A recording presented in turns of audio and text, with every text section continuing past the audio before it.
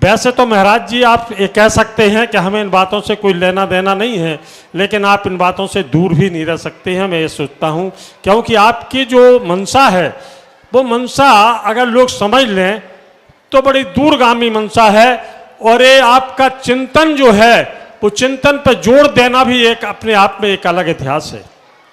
फिर भी मैं कहना चाहता हूँ,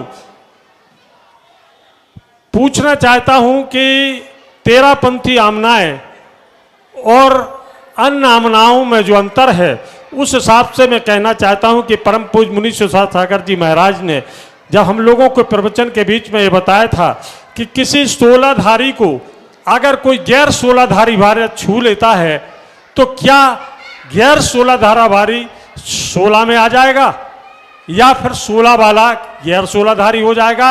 इसी से संदर्भित हमारी बात है कि हम ये देख रहे हैं कि आज हमारा जो वार्षिक उत्सव था, जिस वार्षिक उत्सव में जब हम सारे लोग इकट्ठे होते हैं और महामस्तकाभिषेक का आयोजन करते हैं तो हम देख रहे हैं कि यहाँ पर तो कोई महिलाएं महामस्तकाभिषेक नहीं करती हैं, लेकिन बाहर जाकर के कुछ इस तरह की आमनाएं को लेकर के वहाँ पर महिलाएं भी अभिषेक करने लगती हैं, जबकि आमनाओं के अनुसार जो हमें बताया गया है या हम जो जानते हैं कि महिलाओं को नहीं करना चाहिए। आपकी राय में क्या ये उचित है या अनुचित है? कृपया बताने की कृपा करें। दोनों ही क्रियाएं जैन धर्म में है, दोनों ही क्रियाएं प्राचीन आचार्यों के सामने होती आ रही है।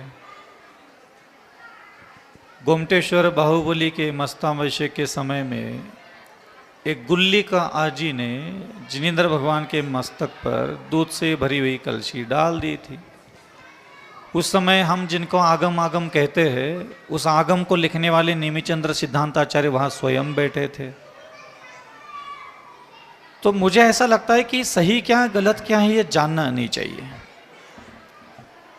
जो भी जिनेंद्र भगवान की आराधना पद्धति है, उस आराधना पद्धति में हिंसा, झूठ, चोरी आदि क्रिया अधिक नहीं होना चाहिए। ये जितने भी पंथ परंपराएं निर्माण हुए हैं, ये सिर्फ हिंसा को बीच में लेकर के ही उत्पन्न हुए हैं। कुछ अविवेकी जनों के द्वारा पंचामृताभिषेक में असावधानी रखी, उसमें अधिक मात्रा में जीवों की हिंसा होती हुई देखा गया, तो आचार्यों ने उसका एक विकल्प निकाला कि इसमें ज़्यादा मात्रा में लोग अविवेक कर रहे हैं, इसकी अपेक्षा से यहाँ जलाभिषेक कर लेते हैं। और कुछ समय के बाद कुछ ऐसे पहलवान भी होंगे, जैसे यहाँ आज पहलवान घूम रहे हैं कि हम 20पंथी को नहीं मानेंगे, 13पंथी को मानेंगे, तो 100-200 साल बाद 13पंथी को मिटाने वाले भी पहलवान धरती पे आएंगे। वो भी इसमें तर्क ऐसे देंगे कि 13पंथी आमना भी लोगों को हिंसा से भरा हुआ नजर आने लग जाएगा। तो ये मनुष्यों की कषायों के द्वारा उत्पन्न होने वाली सारी पंथ परंपरा है, ये कोई जिनेंद्र भगवान के द्वारा दिया हुआ नहीं है। हम जिसको आगम भी कहे, मान लीजिए हम आगम की बात करते हैं, शास्त्रों में क्या लिखा है, तो मैं शास्त्र का एक पन्ना खोले बिना भी आपको बहुत कुछ समझा सकता हूं। आप क्या कर लो, जो भी आगम आगम की बातें करते हैं, आगम में ऐसा लिखा है, आगम में ऐसा नहीं लिखा है, उनको ये मेरा उदाहरण जरूर सुना देना। थोड़ा बुरा है, पक्षपात लगेगा, तुम्हारे मन की नहीं बोलूंगा, थोड़ा बुरा भी लग सकता है, लेकिन सुन लो। जितने जैनागम के शास्त्र है वो जगह एक जगह रख लो, एक जगह सब ला करके रख दो यहां कहीं भी उच्चासन पर, और आपको एक भी किताब नहीं खोलना है, और पूरा आगम बता दूंगा कहाँ क्या होता है, क्या सही है क्या गलत है, क्या अच्छा है क्या बुरा। आपको बस 2 चीजों की लिस्ट निकालना है, शास्त्र का नाम लिखना है, शास्त्र लिखने वाले का नाम लिखना है, और कहां बैठ करके वो शास्त्र लिखा उस स्थान का नाम लिखना है।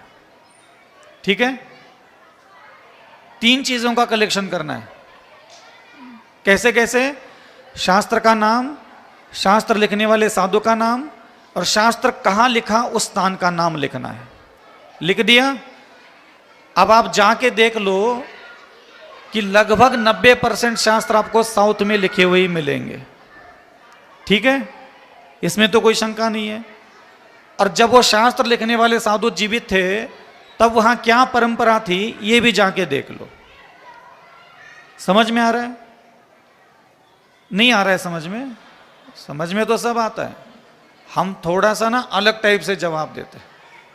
हम सही और गलत में जाते ही नहीं, क्योंकि मुझे मेरी वितरागता में बने रहना है।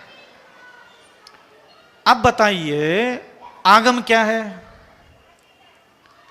क्या वो सारे के सारे जितने साधु ने शास्त्र जिस जगह पे लिखे, जिस क्षेत्र पे लिखे, वो किसी मंदिर में नहीं गए होंगे, पूजा नहीं देखी होगी, अभिषेक नहीं देखा होगा, सब बावले चवन्नी हो गया, और तुम उसके अंदर की किताबें पढ़ करके उनसे भी बड़े ज्ञानी बन गए, और आज इस भीड़ को बता रहे हो कि आगम में जो लिखो है। और जिन्हें आगम लिखो वो कहाँ जन्म लिया, कहाँ बड़ा हो गया, कहाँ मुनि पद धारण करके विहार किया, ये भी पूरा डाटा निकालो। अभी मैंने शास्त्र का एक पन्ना भी नहीं पढ़ने के लिए कहा, ना मैं पढ़ने के लिए कहूंगा तुम्हें कि आगम में क्या लिखा है पढ़ लो, सिर्फ उसका कवर पेज की डिटेल निकालो, पूरा रामायण समझ में आ जाएगा, सही क्या है और गलत क्या है, समझ में आ गया। इससे बेहतर आपको दुनिया में जवाब ना मिलेगा। इसीलिए मैं कभी भी नहीं कहूंगा कि तेरहपंथी क्या है, मनुष्यों के द्वारा उत्पन्न हुई, कषायों से उत्पन्न हुई एक परंपरा है, और बीसपंथी क्या है, मनुष्यों के कषाय से पैदा हुई एक पूजा पद्धति है। मैं उसको आगम के साथ दोनों ही पंथ को जोड़ूंगा ही नहीं, क्योंकि इनकी पैदावार हुई है बीसपंथी से नफरत करने के चक्कर में तेरहपंथी पैदा हुई। तुम्हें कोई भगवान से प्यार थोड़ी ना है जो तेरहपंथी पैदा करके बैठे हो, या तो बोल के दिखाओ तुम एक बार। तो तेरहपंथी बीसपंथी के चक्कर में कभी नहीं पड़ना। तेरहपंथी वाला पीले पुष्प चढ़ा करके काम बांध विंदसनाएं अर्घ्य चढ़ा रहा है, उसको कौन से अपनी काम वासना ठंडी करनी है, और बीसपंथी वाला गीले पुष्प चढ़ा करके भगवान को काम बांध विंदसनाएं पुष्पम निरूपम, उसको कौन से अपनी काम वासना ठंडी करनी है। दोनों को ही उसके रासलीला में मजे मारना है, और जबरदस्ती कि हम तेरहपंथी बीसपंथी की उधम मचाते रहे। तुम्हें जब अपनी काम वासनाएं शांत नहीं करनी है तो काहे को मैं पीले पुष्प चढ़ाऊं क्या गीले पुष्प चढ़ाऊं, तुम्हें का पंचायत पड़ी है। और जिसको अपने काम वासना शांत करने से मतलब होता है वो कहीं जंगल में बैठ करके भी कर लेता है। तो जिनेंद्र भगवान ने तुम्हें जो करने के लिए कहा है, उधर कोई ना तेरहपंथी देख रहा है ना बीसपंथी देख रहा है। बीसपंथी वाला गुजिया, पेड़ा, बर्फी, लड्डू लेकर के भगवान को नैवेद्य चढ़ा रहा है, तो क्या बीसपंथी श्रावक अपने खुद की भूख मिटाने के लिए बहुत तड़प रहा है, मरा जा रहा है। और तेरहपंथी बोलता है कि मैं बहुत तेरहपंथी शुभ कामनाएं से आगम की परंपरा से मैं चावल चटके चढ़ा देता हूं, तो क्या तेरहपंथी वाले अपनी भूख मिटाने के लिए मरे जा रहे हैं। मुझे क्या लेना देना तुम्हारी पूजा पद्धति से। मेरे प्रभु को तुम्हारी भूख से मतलब था, मेरे प्रभु को तुम्हारे काम वासना से मतलब था, मेरे प्रभु को तुम्हारे मोहांधकार विनाशने से मतलब था। तुमने उसके ऊपर कभी कोई चर्चा तत्व नहीं खोली, और जबरदस्ती के गीला चढ़ाओ, सूखा चढ़ाओ, धोके चढ़ाओ, बिना धोके चढ़ाओ, वो क्या होता है, ये क्या होता है। और भूख वही के वही। अभी रुक जाओ, अभी रात के 12 बजे, अभी 6 बजने दो। पूरे ललितपुर के सारे ठेले वाले सारे बर्तन धो धा करके तैयार बैठे। इसलिए ध्यान रखना, जिनेंद्र भगवान की पूजा पद्धति के चक्कर में ज्यादा दिमाग खराब करने का नहीं। ये सारे द्रव्य की थालियां बदलने वाले विद्वान पंडित तुम्हें 1000 मिलेंगे। तेरी थाली में गीला पुष्प होना चाहिए, पेड़ का पुष्प होना चाहिए कि पीले चावल होना चाहिए, इस पर पहलवानी मत दिखाओ।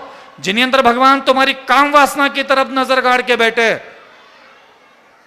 इस पे दिमाग मत लगाओ कि तेरी थाली में फल सेवफल रखा है क्या, तुम्हारा फल के रूप में तुमने बादाम रखा है।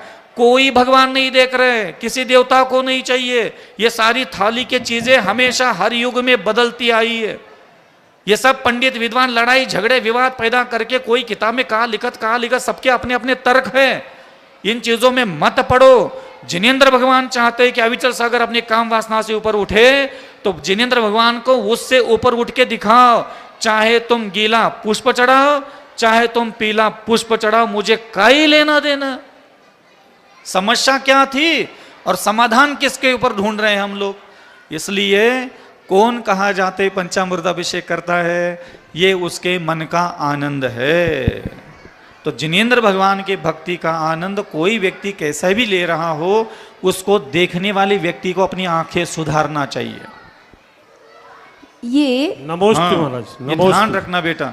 बहुत अच्छा प्रश्न पूछा आपने, और मुझे भी थोड़ा सा अपनी चिंतन को देने का अवसर भी मिला। कई बार सोचा था इस विषय में इस तरीके से बोल दूं कि भाई इन चीज़ों में मत पड़ो, आएंगे नाना प्रकार के शुद्ध आमनाएं, शुद्ध तेरहपंथी, आगम पंथी, आगम के पन्नों के अंदर की बातें पढ़ करके ज्ञानी महाराज ज्ञानी विद्वान लोग उन कवर को पढ़ लो पहले। उस कवर पर किसका नाम लिखा है, वो साधु कहाँ पैदा हुआ, वो साधु कहाँ बड़ा हो गया, वो साधु ने दिगंबर रूप धारण करके कहाँ विहार किया, वो साधु ने किस देश में बैठकर वो किताबें लिखी, और उसके पहले और बीच में और आज तक उस क्षेत्र में कौन कौन सी परंपराएं चल रही है। तो हम किसको गलत साबित कर रहे हैं? उन 10 लाख मुनियों को गलत साबित कर रहे हो क्या, जो साउथ में ना आके निकल गए? इसलिए इन चीज़ों में मैं तो बिल्कुल नहीं जाता। मेरे गुरु मिले मुझे विद्यासागर, और मेरा पूरा मन वचन काय जो मेरे गुरु कहेंगे, 2 और 2 5 बोल दे, चाहे 2 और 2 4 बोल दे, हमें सही क्या है गलत क्या है पता नहीं है।